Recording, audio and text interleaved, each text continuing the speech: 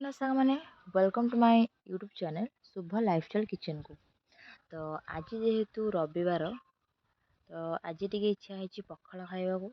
तो पखाड़ सहित माछ भजा हो कि सुखा भजा हो जदि टी हो जाए तो पखाड़ टी मजा टी अलग हो जाए। तो बाबा आज आम सकाल सकाल कि माछ आनी तो मु माछ गुड़ी को भल भाव में सफा कर आमर ए कि कौन कहले कि लुण कि लंका गुंड कि हलदी गुंड एसबू देकी भल भाव में मुझे गोल नहीं। तो मुझे चुली लगे आमर टावा बसई नहीं। देखो बर्तमान टावाटा गरम होती किसी तेल भी देदेछि बर्तमान एवं आमर माछ गुड़ी को गोटे पर गोटे मुझे देखो एवं सब माछ गुड़ी को भल भाव में टावर दे देछि। तो ये माछ गुड़ी टे एपट सेपट करनवा प्रायतः आम माछ भजा गुड़िक होगा माछ गुड़ी कड़ा कर भाजले भल लगे खाया। तब देखो आम माछ गुड़िक प्रायतः भजा हो जाए से गुड़ी को बर्तमान मो गोटे प्लेट को काढ़ी नौ। तो ये आमर माछ गुड़ी को सब भल भाव में काढ़ी नहीं जेहतु भाजी हो भल भाव में। तो ये आमर पखाड़ रेडी देखो ये पखाड़ आ कि आमर पिज रसुण कंचा लंकार कि पाग आ माछ भजा अच्छी आमर अच्छी आलू पोड़ा अच्छी आमर सुखुआ पोड़ा अच्छी। तो देखो आज तो पखाड़ खाई मैंने बहुत खुशी है। बाबा आमर संध्या बेले कि गरम गरम आमर मसला दिया आलू चप आनी कि आमर टमाटो सॉस। तो बर्तमान मु गोटे प्लेट को आमर कि आलू चप आमर टमाटो सॉस को काढ़ी नहीं देखो। तो मो सहित दीटा बिले अच्छा मो बड़ दीदीर पुओ शिबू आउ झील कंढे देखु मो सहित बर्तमान दी जन जाक मिसिकी एंजॉय करी खाऊँ। से गोटे इच्छा थी कि कैमेरा आगे आसे बोली तो फाइनाली से आज आसी जाइए कैमेरा आगे को। देखु बर्तमान ए मिसिकी शिबू आउ कंढे बर्तमान मिसिकी आलू चप खाऊ।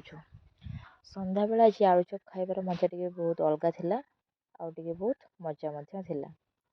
देखो एबे आमे तीन जन जाक मिसिकी बहुत एंजॉय करेंगे आमर आज इवनिंग टा बहुत भल कटी। तो से मैंने किसी कहते शुणु जहाँ शुणिले हस टी बेले बेले लगे।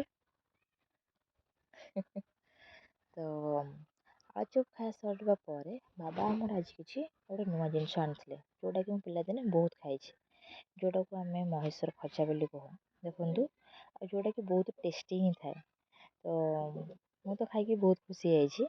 बाबा आज आम रात कि माछ आनी जहाँ को आम जागला माछ बोली कहुए। तो से गुड को भल भाव में सफा कर नहीं कि हलदी गुंड कि आमर लुण आ लंका गुंड देकी भल भाव में गोल नहीं। ये मुझे गैस ऑन करके टावा बसई कि तेल दे तेल टी ताती हो आमर माछ गुड़ दे। तो आज माछ बेसर खावा गोटे बाबा इच्छा थी तो मुझे आमर सोरिष आ जीरार कि मसला करदे आ पिज रसुण अलग मसला करदे।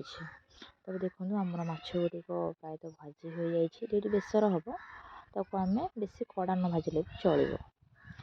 तो देखो माछ गुड़िक भल भाव में भाजी हो जाए माछ गुड़िक भल माने बर्तमान गोटे प्लेट को काढ़ी नौ। तो बर्तमान मुझे गोटे कड़े आम कि अल्प तेल आमर पिज आ रसुण जो पेस्ट थी से गुड़ पकई तो भल भाव में कषि नौ। से मुझे लंका गुंड पकई कि हलदी गुंड आ कि लुण ताको दे भल भाव में मसला टी कषि नौ। एवं से अल्प किसी कटा टमाटो को दे देखो ये से गुड़ को भल भाव में कषि नौ आ मसला टी भल भाव में रेडी करदेवी जमी आम बेसर पाए। तो प्रायतः आमर मसला टी भल भाव में कषि हो गोटे ताटिया काढ़ी नहीं। एबे से कढ़े मुझे बटा होता सोरिष आ जीरार बटाटा को दे देखो ये मुझे दे से गुड़ को भल भाव में कषि नवा जेहेतु आमर सोरिषटा तो बहुत समय कषिले से पिता हो जाए प्रायतः 4 ରୁ 5 मिनट कषि नवा। देखो मुझे भल भाव में कषि नौ अल्प किसी हलदी दे देखो प्रायतः आमर मसलाटा भल भाव में बेसर टी कषि हो जाए। तो से आमर आवश्यक अनुसार पानी देदेवा। तो जेहेतु आज आम माने माछ बेसर हम तो से आमर कि कटा आलू को देदेवा टे अल्प किसी आलू को देखो मुझे देदेजी घोड़े देवा जमी टे आलू टे आमर सीझीज ଆଳୁ ସିଝିଗଲା ପରେ ମୁଁ ସେଥିରେ କିଛି କଟା ବାଇଗଣ ଦେଇଦେଇଛି, ତାକୁ ଟିକେ ଘୋଡ଼େଇ ଦେଇଛି। ଆଉ ତାପରେ ସେଗୁଡ଼ିକୁ ସିଝିଗଲା ପରେ ସେଥିରେ ଆମର କିଛି ବାଡ଼ିର ଛୁଇଁ ମଧ୍ୟ ଦେଇଦେଇଛି। ଦେଖନ୍ତୁ ସେଗୁଡ଼ିକୁ ଦେଇଦେଇଛି। ବର୍ତ୍ତମାନ ପରିବା ଗୁଡ଼ିକ ପ୍ରାୟତଃ ଆମର ସିଝି ଯାଇଛି। ତ ସେଥିରେ ମୁଁ କିଛି ଆମର ଚିକେନ୍ ମସଲାକୁ ଦେଇଦେଇଛି।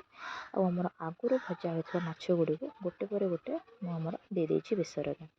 ଦେଖନ୍ତୁ ଏବେ ସବୁ ଗୁଡ଼ିକୁ ମୁଁ ଭଲ ଭାବରେ ଦେଇଦେଇଛି। ଏବେ ଆମର ରାତିର ରେଡ଼ି ହେଇଗଲା ଆମର ଖାଦ୍ୟ, ଭାତ, ସନ୍ତୁଳା, ମାଛ ବେସର, ମାଛ ଭଜା। ତ ଆଶା କରୁଛି ଆପଣମାନେ ସମସ୍ତଙ୍କୁ ମୋ ଭିଡ଼ିଓଟି ଭଲ ଲାଗୁଥିବ। ରହୁଛି ସାଙ୍ଗମାନେ।